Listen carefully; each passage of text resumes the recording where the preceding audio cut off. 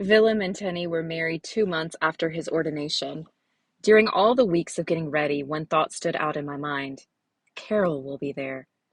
The wedding day dawned cool and sparkling. My eyes picked Carol immediately from the crowd in the front of the church, dressed in top hat and tails, as were all the male guests, but incomparably the handsomest there. As for me, I felt that a transformation had taken place since he had last seen me.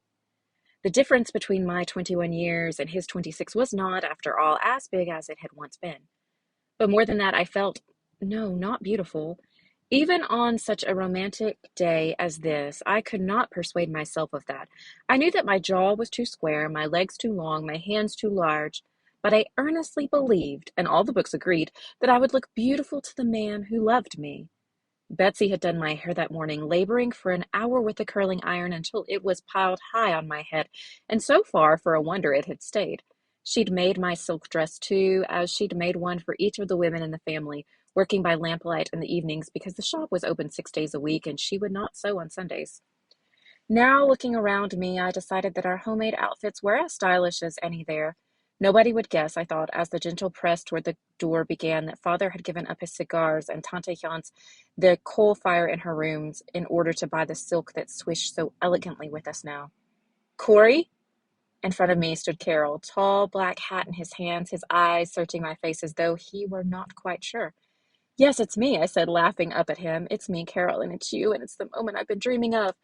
But you're so grown up. Forgive me, Corey. Of course you are. It's just that I've always thought of you as a little girl with enormous blue eyes. He stared at me a little longer and then added softly, and now the little girl is a lady, and a lovely one. Suddenly the organ music swelling from the open door was for us. The arm he offered me was the moon, and my gloved hand resting upon it the only thing that kept me from soaring right over the peaked rooftops of Harlem. It was a windy, rainy Friday morning in January when my eyes told me what at first my brain refused to grasp. The liquid in the glass beaker on the kitchen stove was a muddy, sullen black. I leaned against the old wooden sink and shut my eyes. Please, God, let me have made a mistake. I went over in my mind the different steps, looked at the vials of chemicals, the measuring spoons. No, all was just the same as I'd always done. It was this wretched room then. It was always dark in this little cupboard of a room. With a potholder, I snatched up the beaker and ran to the window in the dining room. Black, black as fear itself. Still clutching the beaker, I pounded down the 5 steps and through the rear door of the shop. Father, his jeweler's eye and his glass in his eye, was bent over the shoulder of the newest apprentice, deftly selecting an infinitesimal part from the array before them on the workbench. I looked through the glass in the door to the shop, but Betsy, behind her little cashier's desk, was talking to a customer. Not a customer, I corrected myself, a nuisance. I knew the woman. She came here for advice on watches and then bought them at that new place, Kahn's, across the street. Neither father nor Betsy seemed to care that this was happening more and more. As the woman left, I burst through the door with a telltale beaker. Betsy, I cried. Oh, Betsy, it's black. How are we going to tell her? What are we going to do? Betsy came swiftly from behind the desk and put her arm around me. Behind me, father came into the shop. His eyes traveled from the beaker to Betsy to me. And you did it exactly right, Corey, in every detail. I'm afraid so, father. And I am sure of it, my dear, but we must have the doctor's verdict, too. I'll take it at once, I said. And so I poured the ugly liquid into a small bottle and ran with it over the slippery, rain-washed streets of Harlem. There was a new nurse at Dr. Van Veen's, and I spent a miserable, silent half-hour in the waiting room. At last his patient left, and Dr. Van Veen took the bottle into a small laboratory. There is no mistake, Corey, he said as he emerged. Your aunt has 3 weeks at the very most. We held a family conference in the watch shop when I got back. Mama, Tantiana, father, Betsy, and me. Noli did not get home from her teaching job until evening. We agreed that Tanti Jans must know at once. We'll tell her together, father decided. Though I will speak the necessary words, and perhaps, he said as his face brightening, perhaps she will take heart from all she has accomplished. She puts great store on accomplishment, Jan does, but who knows but that she is right.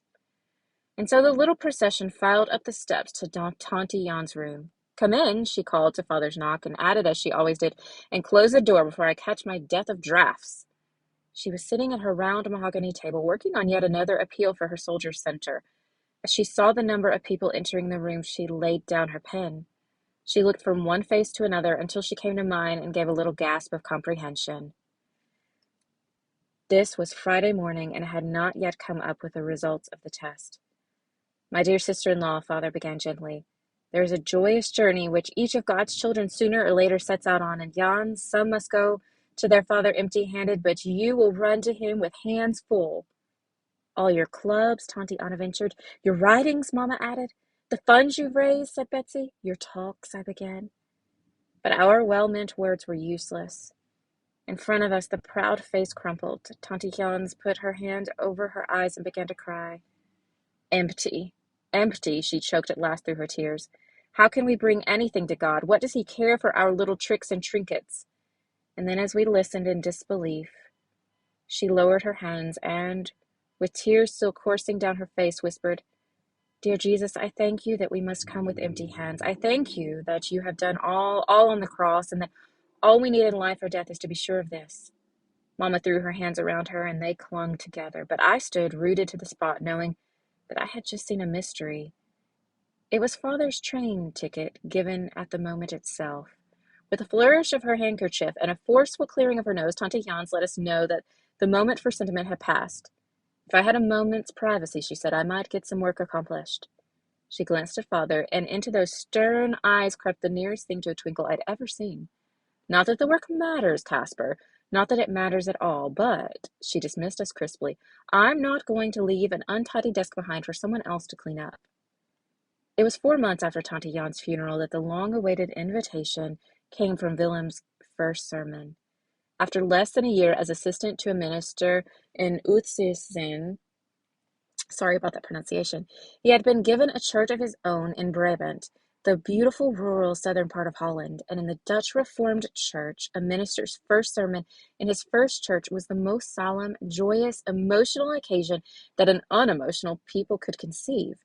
Family and friends would come from great distances and stay for days. From his own assistant pastorate, Carol wrote that he would be there and looked forward to seeing us all again. I endowed that word all with special meaning and pressed dresses and packed trunks in a delirium of anticipation. It was one of Mamma's bad times. She huddled in a corner of our train compartment, the hand that grips Father's whitening at the knuckles each time the train lurched or swayed.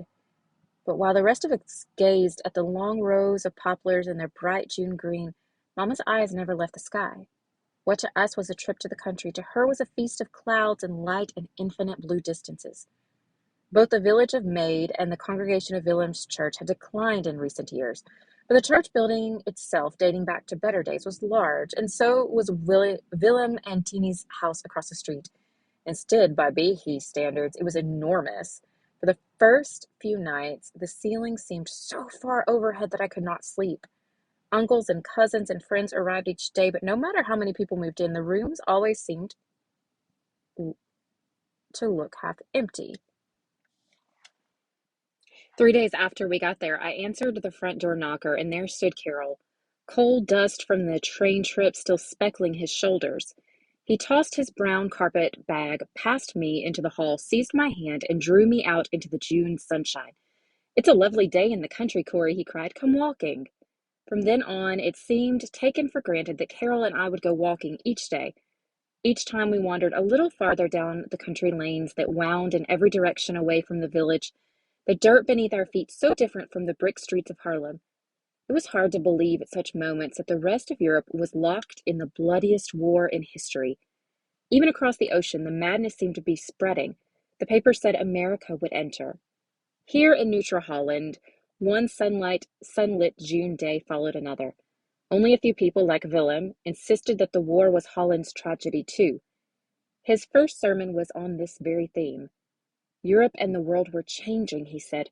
No matter which side won, a way of life was gone forever. I looked around at his congregation of sturdy villagers and farmers and saw that they did not care for such ideas. After this sermon, friends and more distant family started home. But Carol lingered on. Our walks lasted longer. Often we talked about Carol's future, and suddenly we were speaking not about what Carol was going to do, but what we were going to do. We imagined that we had a huge old manse like this one to decorate and rejoiced to discover that we had the same ideas about furniture, flowers, even the same favorite colors. Only about children did we disagree. Carol wanted 4, while I held out stubbornly for 6. And all this while the word marriage was never spoken. One day when Carol was in the village, Willem came out of the kitchen with 2 cups of coffee in his hand. Tinny, with a cup of her own, was just behind him. Corey, Willem said, handing me the coffee and speaking as though with effort, has Carol led you to believe that he is serious? Tinny finished his sentence for him. The hateful blush that I could never control set my cheeks burning. I know we. Why? Willem's face reddened too. Because, Corey, this is something that can never be. You don't know Carol's family. They've wanted one thing since he was a small child. They've sacrificed for it, planned for it, built their whole lives around it. Carol is to marry well, is the way I think they put it. The big barren parlor seemed suddenly emptier still. But what about what Carol wants? He's not a small child now. Willem fixed his sober, deep-set eyes on mine. He will do it, Corey. I don't say he wants to. To him, it's just a fact of life like any other. When we've talked about girls we liked at the university, he always, he'd always say at the end, of course I could never marry her. It would kill my mother. The hot coffee scalded my mouth, but I gulped it down and made my escape to the garden. I hated that gloomy old house, and sometimes I almost hated Willem for always seeing the dark, hard side of things. Here in the garden it was different. There wasn't a bush, hardly a flower, that Carol and I hadn't looked at together. They didn't have a bit of our feeling for each other still clinging to it. Willem might know more than I did about theology and war and politics, but when it came to romance, things like money, social prestige, family expectations, why, in the books they vanished like rain clouds every time. Carol left Maid a week or so later, and his last words, sorry about that, let me start that again. Carol left Maid a week or so later, and his last words made my heart sore. Only months afterward did I remember how strangely he spoke them, the urgency, almost desperation in his voice. We were standing in the driveway of the manse, waiting for the horse and cart, which Maid still regarded as the only dependable conveyance when there was a train to be caught. We had said goodbye after breakfast, and if part of me was disappointed that he still had not proposed, another part of me was content just to be beside him. Now, suddenly in the driveway, he seized both my hands. Corey, write to me, he said, but not gaily, pleadingly. Write to me about the Beijing. I want to know everything. I want to know every detail of that ugly, beautiful, crumbling old house. Write about your father, Corey. Write about how he forgets to send the bills. Oh, Corey, it's the happiest home in Holland. And so it was indeed when Father, Mama, Betsy, Noli, Tanti Anna, and I returned. It has always been a happy place, but now each little event seemed to glow because I could share it with Carol. Every meal I cooked was an offering to him, each shining pot a poem, every sweep of the broom an act of love. His letters did not come as often as mine went singing to him, but I put this down to his work. The minister he was assisting, he wrote, had turned the parish calling over to him. It was a wealthy congregation, and large contributors expected frequent and unhurried visits from the clergy. As time went by, his letters came more seldom. I made up for it with mine and went humming my way through the summer and fall. One glorious, nippy November day, when all of Holland was singing with me, the doorbell rang. I was washing the lunch dishes in the kitchen, but I ran through the dining room and down the steps before the rest of the family could stir. I flung open the alley door, and there was Carol. Beside him was a young woman. She stood smiling at me. I took in the hat with its sweeping feather, the ermine collar, the white-gloved hand resting on his arm. Then a blur seemed to move over the scene, for Carol was saying, Corey, I want you to meet my fiancé. I must have said something. I must have led them up to Tante Jean's first front room that we use now as a parlor. I only recall how my family came to the rescue, talking, shaking hands, taking coats, finding chairs, so that I would not have to do or say anything. Mama broke even her own record for making coffee. Tanti Anna passed cakes. Betsy engaged the young woman in a discussion of winter fashions, and Father pinned Carol in a corner with questions of the most international and impersonal nature. What did he make of the news that President Wilson was sending American troops to France? Somehow the half hour passed. Somehow I managed to shake her hand and then Carol's hand and to wish them every happiness.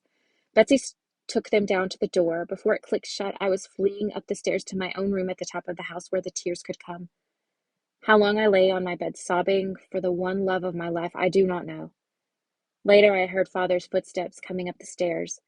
For a moment, I was a little girl again, waiting for him to tuck the blankets tight. But this was a hurt that no blanket could shut out, and suddenly I was afraid of what Father would say. Afraid he would say, there will be someone else soon, and that forever afterward this untruth would lie between us. For in some deep part of me, I knew already that there would not, soon or ever, be anyone else. The sweet cigar smell came into the room with Father, and of course he did not say the false, idle words. Corrie, he began instead, do you know what hurts so very much? It's love. Love is the strongest force in the world, and when it is blocked, that means pain. There are two things we can do when this happens. We can kill the love so it stops hurting, but then, of course, part of us dies too. Or, Corrie, we can ask God to open up another route for us, for that love to travel. God loves Carol even more than you do, and if you ask him, he will give you his love for this man. A love nothing can prevent, nothing can destroy. Whenever we cannot love in the old human way, Corrie, God can give us that perfect way. I did not know as I listened to Father's footsteps winding back down the stairs that he had given me more than the key to this hard moment. I did not know that he had put into my hands a secret that would open far darker rooms than this, places where there was not, on a human level, anything to love at all. I was still in kindergarten in these matters of love. My task just then was to give up my feeling for Carol without giving up the joy and wonder that had grown it. And so that very hour, lying there on my bed, I whispered the enormous prayer. Lord, I give to you the way I feel about Carol, my thoughts about our future. Oh, you know everything. Give me your way of seeing Carol instead. Help me to love him that way, that much. And even as I said these words, I fell asleep. And that's the end of chapter 3.